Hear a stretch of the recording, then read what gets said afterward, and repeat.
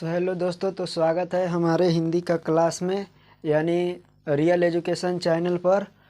आपको देखिए, हम बता दिए थे कहानी के यानी हम लोग पढ़ा रहे थे तो दूसरा चैप्टर पढ़ा रहे थे, यानी वर्णिका के दो भाग हिंदी है, वो क्लास 10th के वो दूसरा भाग है, जिसमें 2 अध्याय पढ़ा दिए हैं। ये तीसरा अध्याय है जिसका लेखक इंट्रोडक्शन ये है, और कहानी अगले वीडियो में यानी पार्ट 2 में कर देंगे। यानी पार्ट 1 ये रहेगा और पार्ट 2 रहेगा अगला वीडियो, जो इसमें कहानी बताएंगे। तो हम लोग पढ़ लिए थे, जिसमें पहला कहानी के नाम पढ़ लिए थे, यानी दही वाली मंगम्मा। दही वाली मंगम्मा ये हम लोग पढ़ लिए थे, जिनके लेखक थे श्रीनिवास जी थे। उसके बाद अगला चैप्टर पढ़े थे, यानी ढहते विश्वास। ये बताए थे, ये लिखे थे कौन? तो ये लिखे थे सात कोड़ी होता। तो ये दोनों में अगर आप किसी भी क्वेश्चन, अगर किताब आपको भी होगा तो किसी भी आपको क्वेश्चन में अगर डाउट होगा तो आप फिर से आप कमेंट कर सकते हैं, हम उसको दोबारा बताएंगे और कहानी के भी दोबारा बता देंगे। और जो कि जिस क्वेश्चन आपको में डाउट रहेगा तो उसको आप टेलीग्राम पर भी आप मैसेज कर सकते हैं, वहाँ से भी हम आपको डाउट को बता देंगे, या तो अगले वीडियो में हम बता देंगे। तो ये 2 कहानी हम लोग लेखक परिचय और जो कहानी है वो कहानी हम लोग समझ गए थे। अगला चैप्टर जिसका नाम है यानी माँ, जिसका नाम क्या है? माँ। और उस कहानी के जो लेखक हैं वो लेखक ईश्वर पेटलीकर जी हैं। तो हम लोग समझते हैं इसमें लेखक इंट्रोडक्शन। सबसे पहले हम लोग लेखक इंट्रोडक्शन समझते हैं, उसके बाद है यानी लेखक परिचय जानते हैं। अब देखिए, इसके जो माँ कहानी है, इसका अगर ट्रिक समझे तो माँ सभी के लिए ईश्वर होती है, इसलिए लेखक ये कौन है? तो ईश्वर पेटलीकर। माँ ये सभी के लिए क्या होती है? ईश्वर होती है, इसलिए माँ कहानी के लेखक कौन है? ईश्वर पेटलीकर। तो ईश्वर पेटलीकर यानी इस कहानी के लेखक कौन है? ईश्वर पेटलीकर।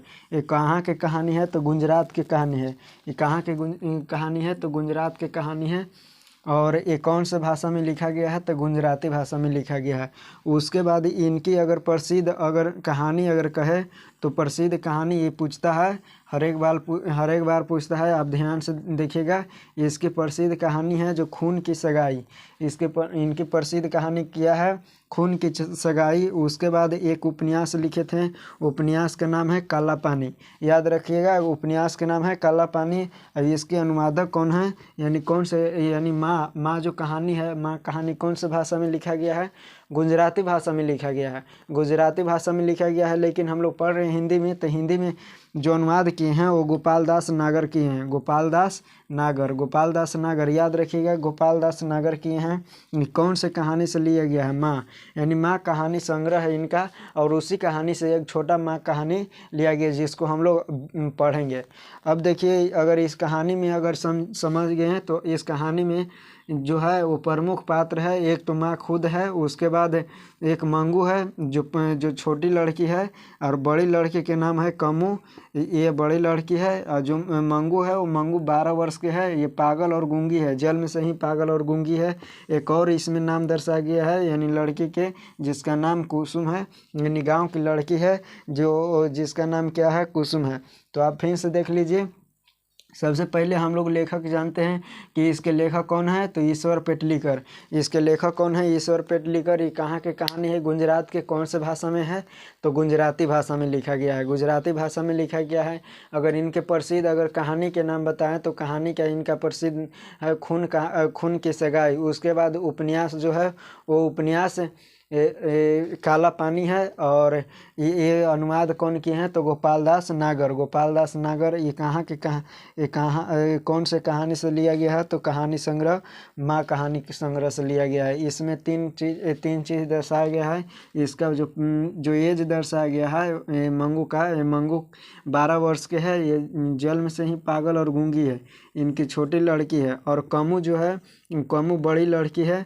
उसके बाद जो गांव के ही लड़की है जिसका नाम है कुसुम। अब हम लोग देखिए इसमें, यानी माँ कहानी जो है, माँ कहानी के ईश्वर पेटलीकर हैं। उसी प्रकार से एक नगर कहानी है, नगर कहानी के लेखक हैं सुजाता। सुजाता। उसके बाद धरती कब तक घूमेगी,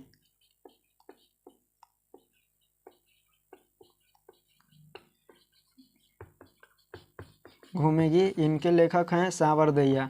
सावरदैया। सावरदैया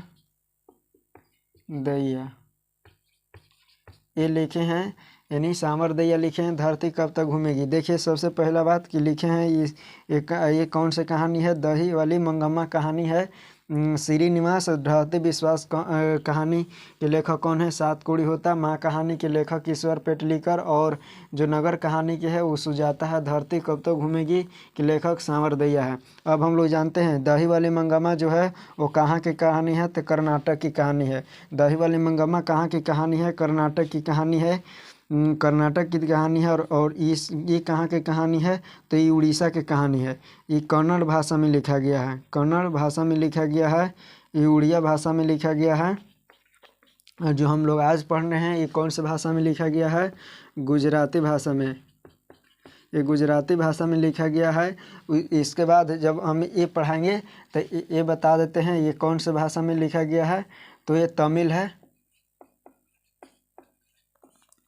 ये तमिल है। उसके बाद ये और धरती कब तक घूमेगी, राजस्थानी है।